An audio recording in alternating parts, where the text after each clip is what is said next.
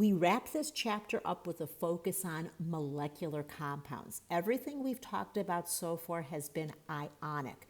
A metal and a nonmetal combine, we have a cation and an anion in an ionic bond. And we'll talk about bonding in chapter 8. But this last section is all about molecular compounds. And they use the word binary. If you look at the picture on the bottom, well, not everything fits it, but for the most part, binary means two elements bonded together. If I look at something like methane, I have a carbon and a hydrogen. So it's a framework of thinking. So again, a molecular compound has two or more nonmetals combined. And if you look at this third line, notice how it sort of follows the periodic table. So when you're naming a molecular compound, the first one I have here is silicon carbide. We've named the element that's on the left silicon before we've named the carbon, and we've called it carbide. If I look at the second one, here is nitrogen, and it is oxide. Notice nitrogen comes well before oxygen. That's why we name it. Sometimes things don't fit, and this is the name for NH3, which is ammonia. Take a look at the molecules pictured below. They are space-filling models. You'll be learning how to do Lewis structures and drawing the covalent bonds as we move further into the course. So when you're naming these, Greek prefixes for the number of atoms for each element, mono, di, tri. Let's illustrate. We would have for N2O, we would say dinitrogen oxide. Now again, if we were in class, I'd be walking around the room. You would be responding to me. I do not like having to do this online. I'll go way down to this one. This one is tetra, and there are 4 phosphorus. And then I have to go all the way to deca and then sulfide. I am not going to annoy you by naming all of these, writing them down. Please practice. There will be something like this on your midterm. I'll just say them out loud. Sulfur trioxide, dichlorooxide, nitrogen trifluoride, dinitrogen tetraoxide. Please, please practice. The other thing to mention about molecules are these terms. Diatomics are molecules made up of only 2 atoms, and if you look at the periodic table, they're going to form the number 7. There's nitrogen, oxygen, fluorine, chlorine, bromine, and iodine, and hydrogen, well, it kind of sits by itself, but the subscript to the right indicates the number of atoms. If I use the word allotrope, that is the same element. In this case, I'm showing oxygen, but it has a different chemical formula. You are currently breathing in oxygen, the diatomic molecule, but there's another allotrope of oxygen called ozone, and I think all of you are too young to think about the hole in the ozone layer over Australia, but that's kind of what I would use. So there's diatomic, 2 atoms, allotropes, elements that have more than one chemical formula. Then we're going to be using this in the next chapter. Formulas. There are things called empirical formulas, the simplest ratio of atoms. If I have CH, it is a 1:1. If I have CH2, it is a 1:2. And that is the simplest ratio of atoms inside a molecule. So I listed 2 here. You're going to be learning these as we go deeper into the course. The first one is ethylene. The second one is benzene.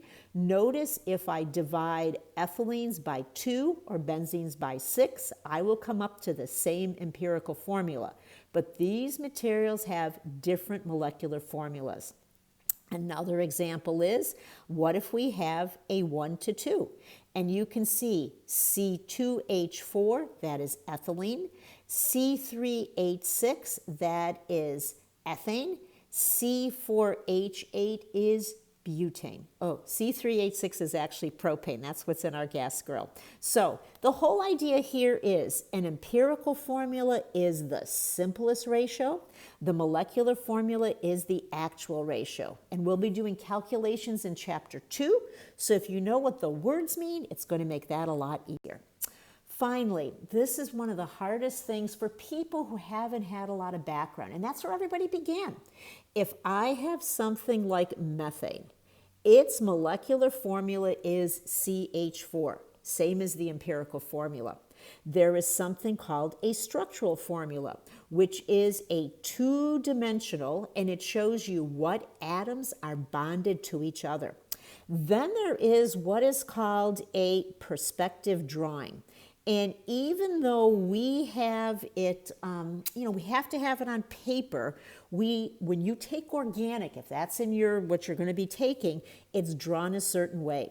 If the dash is behind the page, it says that is behind this plane. If it has a wedge, it's coming out of a plane. So it's a way to try to represent a 3D structure. When we get to chapter 8 and chapter 9, we'll be talking about ball and stick molecules. This is methane. It has a shape of a tetrahedron. And instead of using balls and sticks, what about if we did something called space filling? So it's not for today, but as we move deeper into our Gen Chem course for the year, you're going to need to be able to recognize all these different ways that a molecule can be represented. It doesn't have to happen today, okay? So that is really the molecules. When you take organic, you will spend an entire year. People love it, people hate it. My PhD is organic chemistry. This is what I love. I'm not a big fan of Gen Chem, and it just shows sometimes you have to do what you don't like. Some simple organic compounds. You will have to count bonds. You will have to talk about hybridization as we move further into the course. There is a group of organic molecules called alkanes, and notice each of them has an ANE. This is carbon 1, this is carbon 2, this is carbon 3. Learn it. There are things called alcohols. Notice there is an OL, an OL, an OL. Notice there is an OH, an OH, an OH. That OH has replaced the hydrogen in that stem material. Anytime you have an OH, it is called an alcohol. And if we were in class, I would say OH and you would say IO, okay? There's a functional group called aldehyde, CHO. There's a functional group called carboxylic acid, CO2H. There's a functional group which is a C double bond O. That is called a ketone. There is a functional group called NH2. That is called an amine. When you take organic, there are 100 of them that you need to learn. And you're thinking like, why? Well, if you recognize this from our earlier chapter 1 lecture, this is aspirin. It is salicylic acid. It has a carboxylic acid group, and it has a ketone. Actually, it's an ester function. So again, as you progress, things get a little more challenging. Here is our famous ATP. So if you're a bio major, you need to know alkanes and all of these things when we go to chapters 8, 9, 11, and 13. Amines are going to play a big role in weak-based structures, and amines is what gives fish its funky smell. Oh, I'll be honest, it is the functional group in cocaine. So again, all of these are fundamentals for you to learn. What else is to come? Well, I made this a separate page because there's another term in here. Let's look at this question.